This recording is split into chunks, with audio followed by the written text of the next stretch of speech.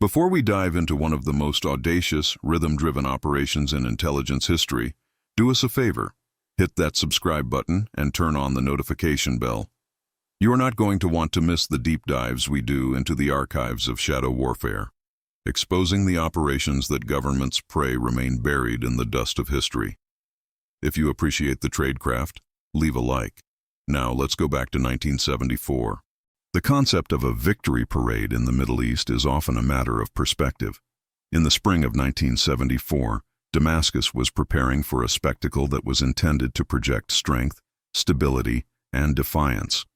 The Yom Kippur War had ended months prior, and while the borders hadn't shifted as Syria had hoped, the regime needed a psychological win.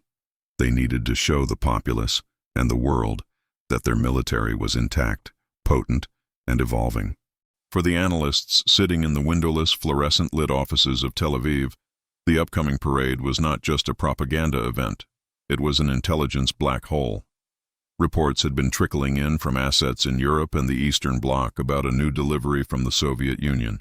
It wasn't a tank, and it wasn't a jet fighter. It was a guidance system, the Zarya 3, a compact, sophisticated targeting computer designed to be retrofitted onto older Scud missiles, exponentially increasing their accuracy. If Syria possessed the Zarya 3, the balance of power would tilt dangerously. The missiles wouldn't just hit cities. They could hit specific city blocks. The problem was visibility. The device was small, housed inside the mobile command units that trailed the missile launchers. Satellites couldn't see inside the trucks. Spies on the ground couldn't get close enough to the military bases without being neutralized. The security cordon around the 4th Armored Division, which held the technology, was impenetrable. Enter Ari Ben-Zvi. Ari wasn't your typical field operative. He didn't look like a commando, and he certainly didn't act like one. In his cover life, he was a musicologist and a promoter of European cultural exchanges. In the shadows, he was a specialist in soft entry, the art of walking through the front door because the doorman thinks you're the entertainment. The mission brief landed on his desk in a manila folder stamped purple clearance. The objective was insane on paper: infiltrate the heart of the Syrian military apparatus during their highest security event of the year, identify the command vehicle carrying the Zarya 3 prototype, and either image the schematics or swap the core. "You want us to do what?" Ari asked his handler, a chain-smoking veteran named Eitan who looked like he hadn't slept since 1967. "We want you to join the parade," Eitan said, exhaling a cloud of gray smoke. "President Assad loves classical music. He loves the pomp and circumstance of European military tradition. He's invited international guests to observe the spectacle. We are going to make sure one of those guests is you." "I play the piano, Eitan. You can't march with a piano." "No," Eitan smiled, a dry, humorless expression. "But you can conduct. We are building a band, Ari, a brass band. Authentic, loud, and completely fake. You have 3 weeks to turn a squad of operatives into musicians, or at least musicians who can hold a gun if things go south. But let's be clear. If you have to use a weapon, the mission has already failed." The plan was christened Operation Overture. It relied on a specific weakness in the Syrian protocol: their desire for international legitimacy. A neutral European military band, specializing in historical marches, offering to perform as a gesture of goodwill. It was the kind of cultural flattery the regime couldn't resist. The target country for the cover was Austria. Neutral, non-NATO, culturally distinct. The legend was established. The Tyrolean Imperial Marching Band, a semi-professional folklore group known for their crisp uniforms and rousing renditions of Strauss. The only problem was that the real Tyrolean Imperial Marching Band didn't exist. Mossad had to invent them, staff them, and make them sound good enough to fool an entire army, all while prepping them to steal the most guarded secret in the Middle East. Chapter 2. The Discordant Quintet. Recruitment for Operation Overture was unlike any selection process the agency had ever run. Usually you look for marksmen, language specialists, or surveillance experts. Ari needed those things, yes, but he also needed people who knew the difference between a B-flat and a C-sharp. The basement of a safe house in Herzliya was converted into a makeshift conservatory. Soundproofing foam lined the walls, not to keep the noise of interrogation in, but to keep the terrible trumpet playing from leaking out to the neighbors. Ari sat behind a folding table, reviewing the files of the candidates. First was Dov. In the field, Dov was a demolitions expert. He had hands that could defuse a bomb with 10 seconds on the clock without a tremor. He was assigned the tuba. The tuba was critical. It was the largest instrument, the one capable of concealing the bulky electromagnetic scanner they needed to image the Zarya 3. "I have to carry this?" Dov asked, staring at the massive brass coil. "You have to play it," Ari corrected. "And it weighs 40 pounds empty. With the symphony package inside, it'll be 60. Dov groaned. "I prefer C4. It's lighter." Next came Sarah, a surveillance specialist who spoke 4 dialects of Arabic and could lip-read from 100 yards. She was assigned the flute and piccolo. Her instrument would house the high-gain directional microphones. While the band played, she would be recording the conversations of the Syrian officers on the reviewing stand. "I played flute in high school," Sarah said, shrugging. "I wasn't very good."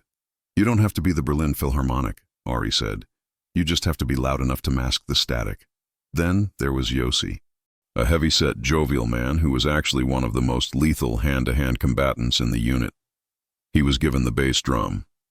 The drum was hollow, obviously, but the rims were modified to hold compact oxygen tanks and jamming equipment. If they needed to create a localized communications blackout, Yossi just had to hit the cymbal attachment in a specific sequence to trigger the pulse. The team was rounded out by 6 other operatives, filling the ranks of trombones and trumpets. They were a motley crew of analysts, field agents, and tech specialists. For 10 days, the safe house sounded like a dying cat was fighting a lawnmower. They brought in a real conductor, a retired maestro from the Tel Aviv Symphony who had been sworn to secrecy. He was a stern man named Mr. Klein. "They are terrible," Klein told Ari after the first day. "The tuba is flat. The trumpets are rushing the tempo. If they play in Damascus, they will be arrested not for spying, but for crimes against music." "They just need to pass, Mr. Klein," Ari pleaded. "Just 3 songs, the Radetzky March, the Blue Danube, and a Syrian national anthem." "The Syrian anthem?" Klein looked horrified. "In 6/8 time, with this brass section, it will sound like a declaration of war." But they practiced. They practiced until their lips bled and their shoulders ached. They practiced marching in formation in the Negev desert to simulate the heat of Damascus. They learned to communicate silently, using the angle of an instrument or a shift in tempo to signal danger. The tradecraft was integrated into the music. A sharp staccato from the trumpets meant red team approaching. A roll on the snare drum meant target in sight. A sudden silence, a grand pause, meant abort immediately. By the end of the second week, they were passable. They sounded like a mediocre village band, which fit the cover perfectly. They weren't supposed to be the elite. They were supposed to be enthusiastic amateurs from the Austrian countryside. The final piece of the puzzle was the gear. The symphony scanner inside Dov's tuba was a masterpiece of engineering. It used low-frequency magnetic resonance to peer through the metal hull of the Soviet transport trucks. It needed to be within 5 meters of the target to work. That meant Dov had to march his 60-pound instrument right up to the bumper of a vehicle guarded by the Republican Guard. "One slip," Eitan warned them during the final briefing. "One piece of equipment falls out of a bell, one wire gets exposed, and there is no extraction. You are in the heart of the capital, surrounded by 3 tank divisions. If you are compromised, the music stops." Chapter 3. The Legend of Die Alpenklänge. Creating the backstory for Die Alpenklänge, the Alpine sounds, required a level of bureaucratic forgery that Mossad excelled at. The goal was to create a paper trail so dense that any Syrian intelligence officer checking up on them would drown in boredom before they found a discrepancy. The team flew to Vienna first. They spent 3 days there, not to sightsee, but to season their legend. They stayed in a mid-range hotel, registered under their Austrian aliases. They performed a small, unannounced concert in a park, mostly for the benefit of taking photographs. These photos were instantly aged and planted in backdated issues of local Austrian newspapers. Die Alpenklänge brings joy to elderly home, read one headline from 1972. Tyrolean marching band wins regional honorable mention, read another from 1970. They created a history of mediocrity. A band that was too famous would be suspicious. Why hadn't anyone heard of them? But a band that was locally beloved and obscure was perfect. Ari, adopting the persona of Franz Gruber, the band manager and conductor, made contact with the Syrian embassy in Vienna. He played the part of the enthusiastic, slightly naive cultural ambassador perfectly. He presented a portfolio of their work, spoke of the deep admiration the Austrian people had for Syrian history, and offered their services for the upcoming festivities. The Syrian cultural attaché, a man named Hisham, who was more interested in procuring Western luxury goods than vetting tuba players, was charmed. He saw an opportunity to impress his superiors, a European band coming voluntarily to honor President Assad. It was a coup. "You understand," Hisham said, looking over the glossy brochure Ari had printed 2 days prior. "The security will be tight. Your instruments will be inspected." Of course," Ari beamed, adjusting his thick, gold-rimmed glasses. "We have nothing to hide but our talent, and perhaps some schnapps, yeah?" Hisham laughed. He stamped the visas. The travel arrangements were made. They would fly commercial to Beirut, then take a private bus across the border into Syria. The bus itself was part of the operation. It had been purchased by a shell company in Lebanon, its undercarriage modified to contain a hidden compartment for the data tapes they hoped to steal. The night before their departure, Ari gathered the team in their Vienna hotel room. The mood was grim, the play acting was over. The reality of crossing into enemy territory was settling in. "Listen to me," Ari said, his voice dropping the jovial Austrian accent. "From this moment on, Hebrew does not exist. English does not exist. You speak German, or you speak broken Arabic, or you don't speak at all. If you get hurt, you curse in German. If you get scared, you pray in German." Dov patted his tuba case. "And if we get caught? Then we play the loudest, most discordant finale they have ever heard," Ari said. "And we hope the distraction gives us a head start." Chapter 4. The Crossing. The road from Beirut to Damascus winds through the Bekaa Valley, a stretch of land that is as beautiful as it is treacherous. In 1974, it was a patchwork of checkpoints, manned by various factions, though the Syrian army held the iron grip. The bus, painted a cheerful blue with Die Alpenklänge stenciled on the side, rumbled toward the Mossad border crossing. Inside, the air conditioning was failing, and the heat was already rising. The operatives sat in their civilian clothes, their uncomfortable wool uniforms hanging in the back. Ari sat in the front passenger seat sweating. He wasn't sweating from the heat. He was sweating because the manifest in his pocket listed 12 musicians, but the equipment list included items that, if scrutinized by a knowledgeable engineer, would look less like musical instruments and more like high-tech espionage gear. They pulled up to the Syrian border post. It was a chaotic scene. Trucks lined up for miles, soldiers shouting, the smell of diesel and unwashed bodies hanging heavy in the air. A Syrian officer wearing dark sunglasses and a beret signaled for the bus to stop. Ari stepped down, clutching his paperwork. "Guten Tag," he announced, projecting the cheerful energy of a man who had no idea he was walking into a minefield. The officer didn't smile. He took the passports. He flipped through them slowly, looking at the faces in the window. He walked around the bus, tapping the panels with a baton. "Musicians?" the officer asked in heavily accented English. "Yeah, musicians." Ari switched to English, keeping the accent thick. "We are here for the parade. Guests of General Talas." Dropping the name of the defense minister was a risk, but a calculated one. The officer paused. The name had weight. He handed the passports back, but pointed to the luggage bay. "Open." Ari's heart hammered against his ribs. He signaled the driver. The bay door hissed open, revealing the hard cases of the instruments.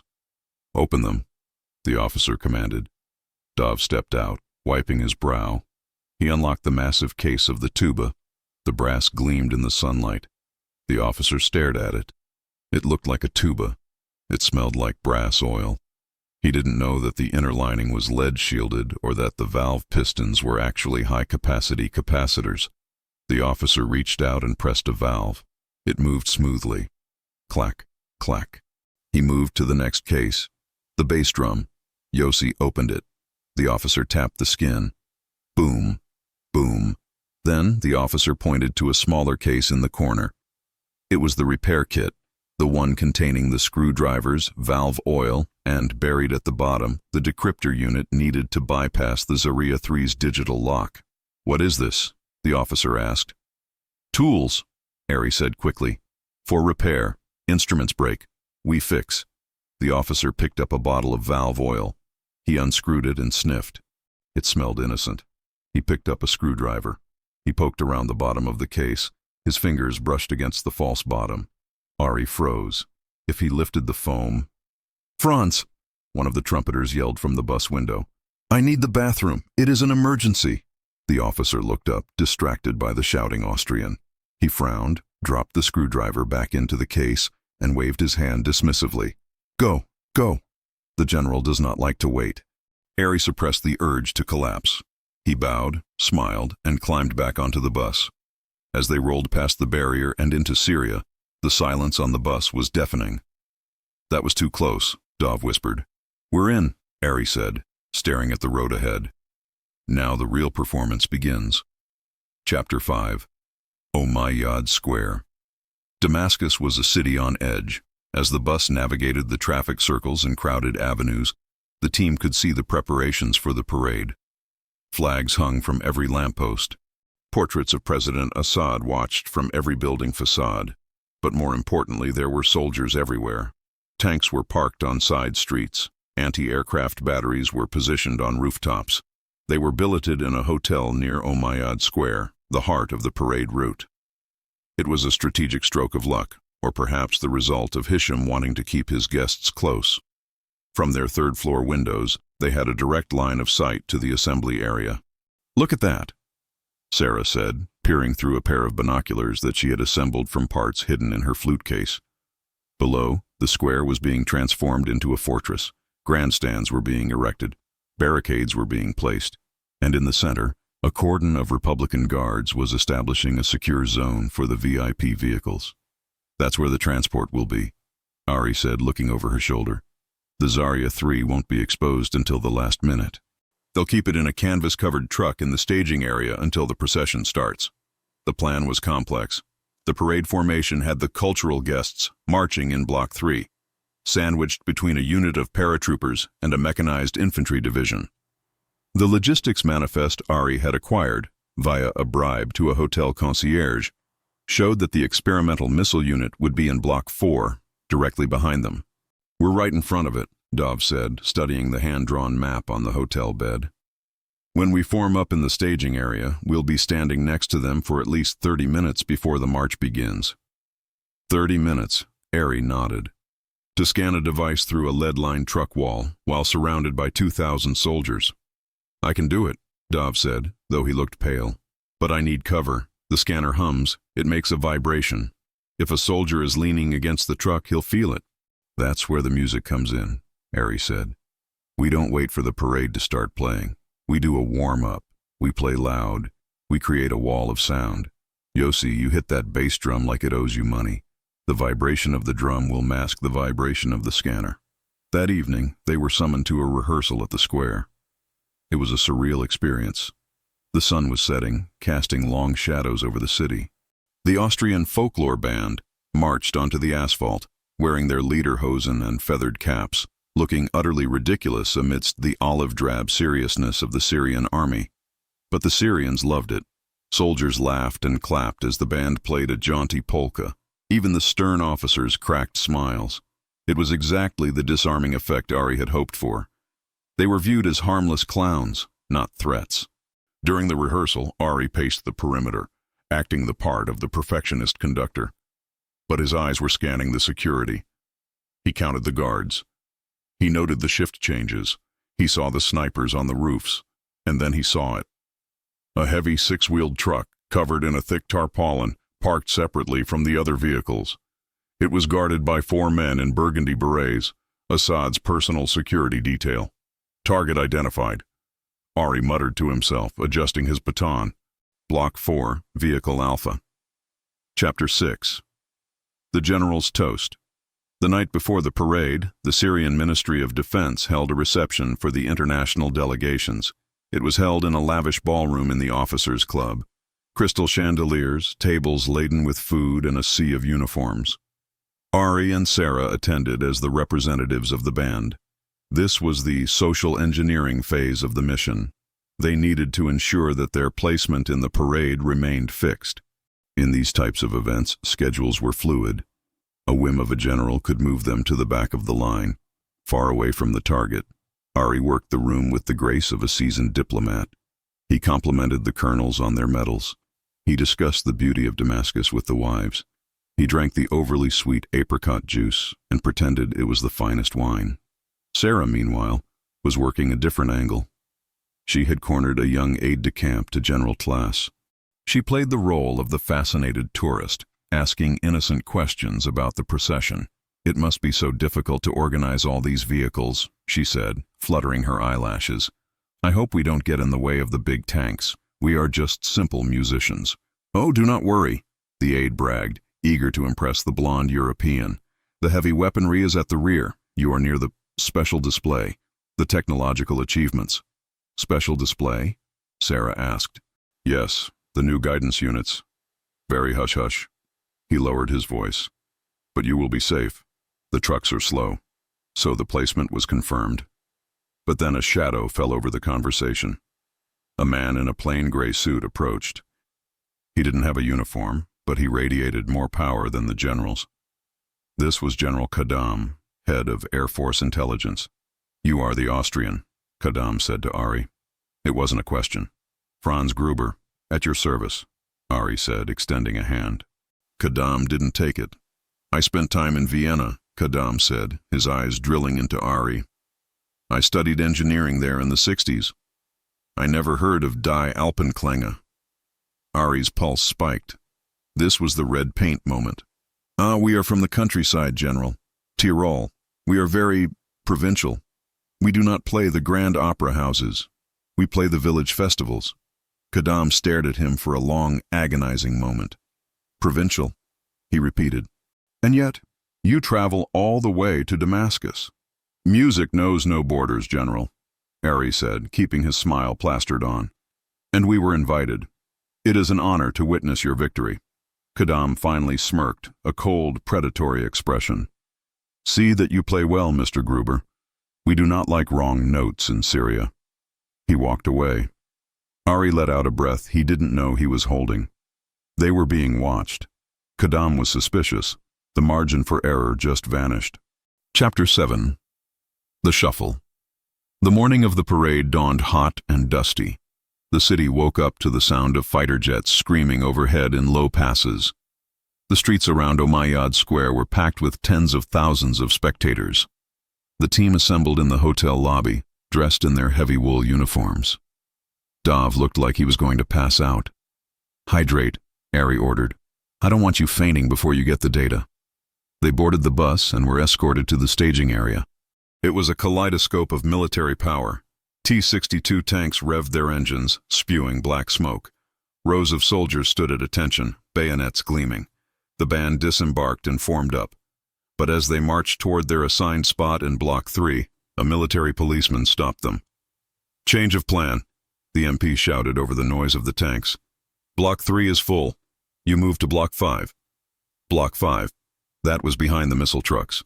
If they were behind the trucks, the scanner in the tuba, which was directional and needed to face the rear of the target vehicle, would be useless. It scanned forward, not backward. Nine, Ari argued, feigning artistic temperament. "We practiced for Block 3. The acoustics, the tempo. We cannot march behind the diesel fumes. My woodwinds will suffocate." The MP looked annoyed. "Orders are orders. Move back." Ari looked at Dov. Dov's eyes were wide. The mission was collapsing before it started. If they moved to Block 5, they would be 50 meters away from the target, separated by a phalanx of marching infantry. "Wait," Ari said, grabbing the MP's arm. "A risky move. Please, the General Kadam. He specifically asked to hear us play the Blue Danube as we pass the reviewing stand. If we are in Block 5, the tanks will drown us out. Do you want to explain to the General why he couldn't hear his favorite waltz?" It was a bluff, a massive lie. But in a dictatorship, the fear of disappointing a superior officer is a powerful motivator. The MP hesitated. He looked at the chaos around him. He didn't want to be the one responsible for a VIP's displeasure. Fine, the MP spat. But you stay on the edge. Do not get in the way of the paratroopers. They were back in, but the position was tighter now. They were squeezed right up against the bumper of the target truck. It was almost too close. Chapter 8. Acoustic Camouflage. They were in position. The target truck, Vehicle Alpha, was idling 10 feet in front of them. The burgundy beret guards were standing by the wheels, looking bored but alert. Now, Ari whispered to the band. Warm up. The band began to play. It was a cacophony of tuning notes, scales, and drum rolls. It was loud, chaotic, and annoying. Yossi, give me a beat, Ari commanded. Yossi began to pound the bass drum. Boom, boom, boom. Dov stepped forward, hefting the tuba. He angled the bell toward the back of the canvas-covered truck. Inside the bell, he triggered the switch with his tongue against a specialized mouthpiece sensor. The scanner hummed to life. It began to emit the magnetic pulse. One of the guards turned around. He frowned at Dov. The tuba was pointed right at him. Turn it away, the guard shouted, waving his rifle. Dov pretended not to understand. He puffed his cheeks out, red-faced, and played a low, rumbling oom-pa-pa note. The note resonated with the chassis of the truck. Louder. Ari waved his baton. Trumpets. Fortissimo. The band erupted into a raucous version of a Tyrolean drinking song. The guards covered their ears, grimacing. The noise was unbearable. Perfect. Dov watched the tiny LED light concealed on the rim of his instrument. It blinked red. Scanning. Scanning. 20%. The truck engine revved. The exhaust pipe coughed a cloud of black smoke right into Dov's face. He gagged but kept playing. 40%. The scanner was heating up. The coils inside the tuba were getting hot against his shoulder. If it overheated, it would short out and possibly catch fire. A smoking tuba would be hard to explain. 60%. Move it! An officer shouted from the front of the column. The parade was starting to move. The tanks ahead were rolling. We need more time, Dov hissed through the mouthpiece. Stall, Ari signaled. Yossi accidentally dropped his drumstick. It clattered onto the asphalt. He bent down to pick it up, fumbling, blocking the path of the band. The formation stalled. The gap between them and the truck opened up slightly, then closed as the truck braked to wait for them. 80%. The guard was staring at Dov again. He took a step closer. He reached out to touch the bell of the tuba. If he touched it, he would feel the heat of the electronics. Chapter 9. The red paint. Just as the guard's hand reached the brass, Sarah stepped out of formation. She played a shrill, piercing trill on her piccolo, right in the guard's ear. He flinched, pulling his hand back to cover his ear. Crazy woman, he yelled. Sarah smiled sweetly and marched back into line. 95%. 100%. Data acquired. The green light blinked once. Dov exhaled, nearly dropping the instrument. He switched the system to sleep mode. The heat began to dissipate. Forward march! Ari commanded, his baton slashing the air. The band stepped off, right in time with the drums. They marched out of the staging area and onto the main avenue of Mossad Square. The sensation was overwhelming. The roar of the crowd was like a physical wave. Thousands of people cheering, waving flags. The heat rising off the pavement was suffocating. They marched perfectly, or perfectly enough. They played the Radetzky March, the beat thumping in sync with the boots of the soldiers around them. As they approached the reviewing stand, Ari saw the VIP box. President Assad was there, General Talas, and General Kadam, the man who suspected them. Kadam was watching the band through binoculars. Ari didn't look up. He focused on the music. He focused on keeping the tempo. If they looked nervous, if they looked like anything other than bored hot musicians, they were dead. They passed the stand. They saluted. They kept marching. But the mission wasn't over. They had the data, but they were trapped in a moving column of the Syrian army, miles from their escape route. Chapter 10. The Crescendo.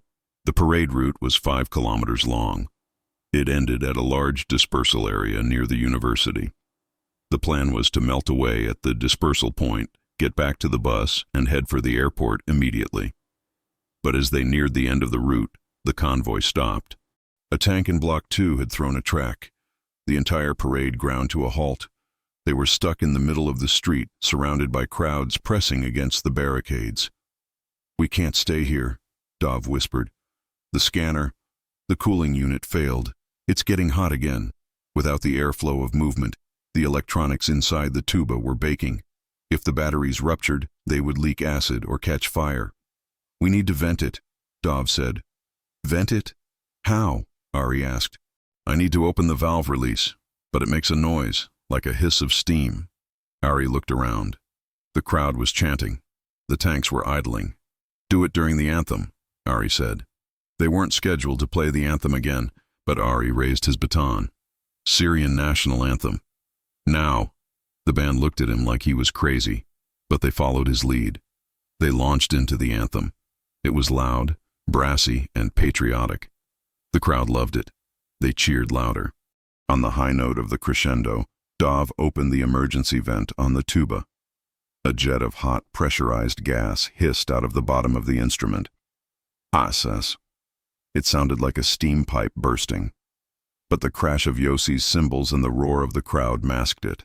The steam dissipated into the dusty air, looking like just another exhaust fume from the tanks. Dov sighed in relief. The instrument cooled down. The data was safe. Chapter 11. The Encore. The parade finally started moving again. They reached the dispersal area. It was pandemonium. Units were breaking formation, soldiers were looking for water, officers were shouting orders. Ari spotted their bus. It was parked on the side street, the driver waiting anxiously. "Go, go, go," Ari signaled. They didn't run. Running draws attention, but they walked with extreme purpose. They loaded the heavy instruments into the bay. Dov treated his tuba like it was made of nitroglycerin. As they boarded the bus, a jeep screeched to a halt in front of them. It was the military police. "Halt!" an officer shouted. "Where are you going?" "Back to the hotel," Ari said, leaning out the door. "We are exhausted. The heat is too much for my tuba player." He nearly fainted. "No one leaves until the security check is complete," the officer said. "General Kadam's orders. All foreign delegations must be accounted for." Kadam again. He wasn't letting it go. "We cannot wait," Ari said, his voice hardening. "We have a flight tonight. If we miss it, we miss our concert in Vienna tomorrow. The Chancellor of Austria will be very displeased if his favorite band is held hostage by bureaucracy." He threw the word bureaucracy like an insult. He was gambling that the MP hated paperwork more than he feared his superiors. The MP looked at the sweaty, red-faced musicians. He looked at the old bus. He looked at the chaos of the dispersal area. "Get out of here," the MP waved them off. "Before I change my mind." The driver didn't need to be told twice. He floored the accelerator. The bus lurched forward, weaving through the tanks and trucks, heading for the highway. Chapter 12. The silence after the music. The drive back to the border was the longest 3 hours of their lives.